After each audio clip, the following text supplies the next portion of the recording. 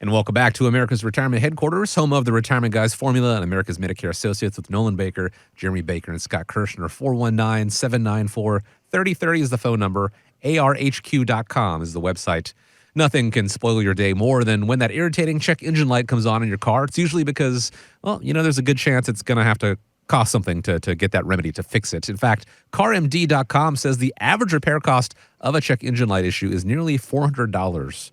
Now, of course, I think we all know ignoring that alert could, in the long run, cost you more. Guys, I know you don't work on cars in the office there, but when you look under the hood of the average retirement portfolio, what kind of check engine lights do you find?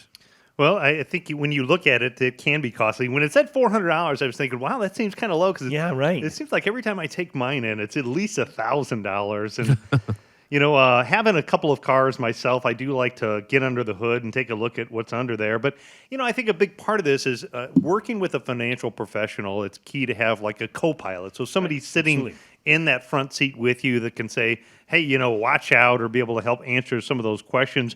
When you look under the hood for the average retirement, and I see the check engine light going on, some of the things that I see is, one is a portfolio that takes too much risk. Jeremy, I know one of the things that you do is you run some portfolio stress tests that we have, and you help people come up with what the risk number is. I think when you run those numbers, do you find oftentimes clients are surprised at how much risk they have in their portfolio? Yeah, I think especially with, you take a look at maybe a traditional 60-40 portfolio, and mutual funds, everyone just seems to be under the impression that they're less risky because it's basically a big group of stocks that they're buying. So, when we prepare the risk-alize scenarios, and you look across the table and somebody might have a 79 level risk, and then we kind of ask them their opinion of it, and a lot of people are surprised that they're taking as much risk as they are. Yeah, so one of the things that I oftentimes see too is a lot of times people have their retirement on cruise control. Sure. And, building and saving towards retirement time, it makes a ton of sense. The younger you are, the more you should be on cruise control.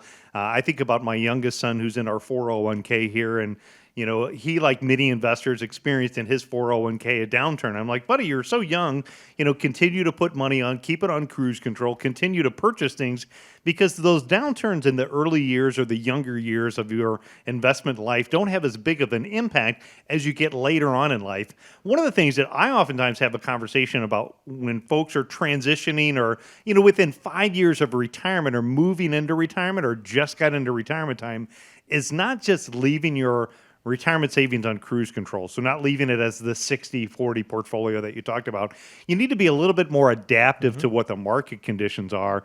I talk about, putting like circuit breakers or having a cruise control on your portfolio to be able to kind of slow down. So when the risk gets high, in the economy and Wall Street, maybe you're a little bit more less risky, you're slowing off, you're not, as you say, going 78 miles an hour. One of the things that I like about our software is it takes and it'll measure your portfolio from 0 to 100, with 100 being the highest. And if you don't know how fast your portfolio is going, I would encourage you to give us a call, because within a few minutes, what we can do is take your information, put it in our software, and tell you how fast your portfolio is.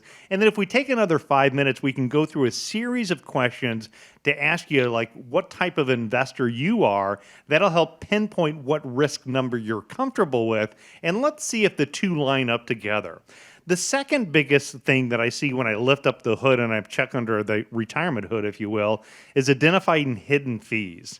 Many times investors, they just don't realize and understand all the fees and expenses. I recently had one of our callers come into the office, and we sat down and we took a look at their account that they had, and they had an old, outdated variable annuity. And, there's pros and cons about annuities. We could have a show talking completely about that. But his annuity, when I went and reviewed it and I showed him in the prospectus, now it's an inch thick, so it took a while for him to be able to get through, and I was able to show him where those hidden fees were. It's costing him nearly $1,000 a month for things that really probably aren't trying to provide a true benefit for him. Because of the fact that the contract was old, he's able to change it and get rid of some of those hidden fees and expenses. Third, I would say, is not planning for healthcare costs and or caregiver responsibilities. I can think of people that have come into the office.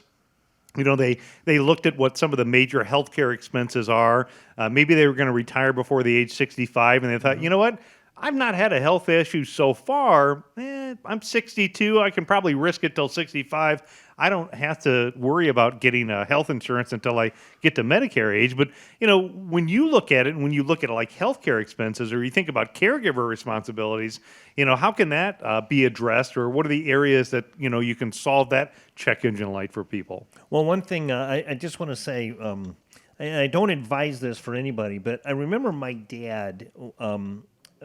He passed away a couple years ago, and we actually signed over the title of his pickup truck to my son.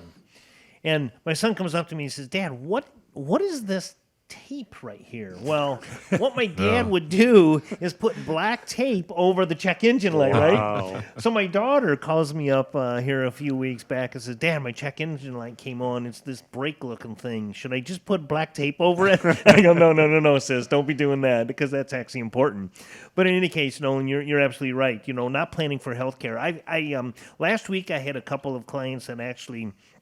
One called me up and he asked some questions about why when we met the first time here back in April, why did we not do anything for Medicare?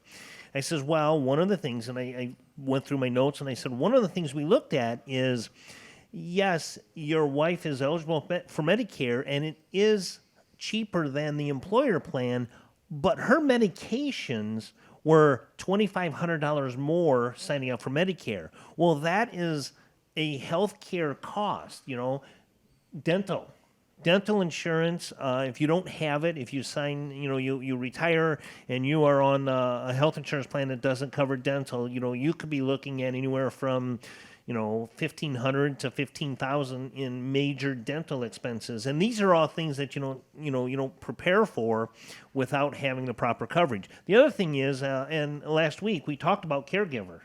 The expenses and the responsibilities of caregivers. If you wanted if you missed last week's show, you can always go out and on the website, arhq.com, and find that segment that we did. But it talks about all of the different expenses and things you need to be prepared for if you are a caregiver and those responsibilities. Well, that and stress in itself, I know it can be extremely stressful. I think in my own family situation when my grandfather was a caregiver for my grandmother, and making sure that you have a plan in place not only to address the financial, but the strain that it causes Absolutely. on that caregiver as well is another big issue. You want to take a look at assessing whether you're still on track, right? So we're talking about check engine light, you're talking about cars. Is your retirement on track? And the way that we take a look at that is we utilize our retirement planning software. With that software, what we can do is we can look at the probability of success. So we can crunch the numbers, use the technology, and be able to figure out, if there are any check engines lights, right. Plug in the machine, right? So if you plug in the machine, it's going to tell you what the error code is. We can plug in that into your retirement, and we can figure out, is it market risk? Is it inflation? Is it taxes? What is the check engine light that's going off? And then by knowing that, you can figure out what's a solution to be able to get that taken care of. And then what you want to do is you want to evaluate strategies among like what we're at right now with higher inflation, higher interest rates. We've got the issue of a potential recession. Taking a look at those issues, there's different types of investments that might be more beneficial to own in this type of environment. We've got fixed rates today that are higher than they've been in decades. We've got some financial products that make more sense than others. So if it's been more than a year or two since you've looked at your investment accounts, I think, again, looking at evaluating the strategies today, they're dramatically different than just 12 months ago because of what the higher inflation and higher interest rates are. And knowing what to own if and when we do go into a recession can make a big difference. Everybody sees the cost of living is going up quite a bit, so it can get even more and more expensive by not having a plan in place. And unfortunately, if you miss out on one of those hidden dangers or do as Dad did, put the black tape over it, it typically doesn't get any better. And then I guess as we round out that section, any other thing that you would say, Jeremy, regarding hidden retirement dangers? I think Fees would be the biggest thing. Similar to putting that piece of black tape over the check engine light. You can't ignore it and hope the problem will go away. And having that analysis done, you don't want to start off too far behind the 8 ball if you're getting charged an exorbitant amount of fees and expenses. And it's almost a safe bet that leaving these concerns, leaving these things that would cause the check engine light to come on in your retirement account unattended to, going to cost you a lot more than $400 over the course of your retirement. So please don't ignore them. Definitely don't put the black tape over them. Let the team at America's Retirement Headquarters help you with that and show you, what changes, if anything, need to be made to really set you up for success as you cruise through retirement.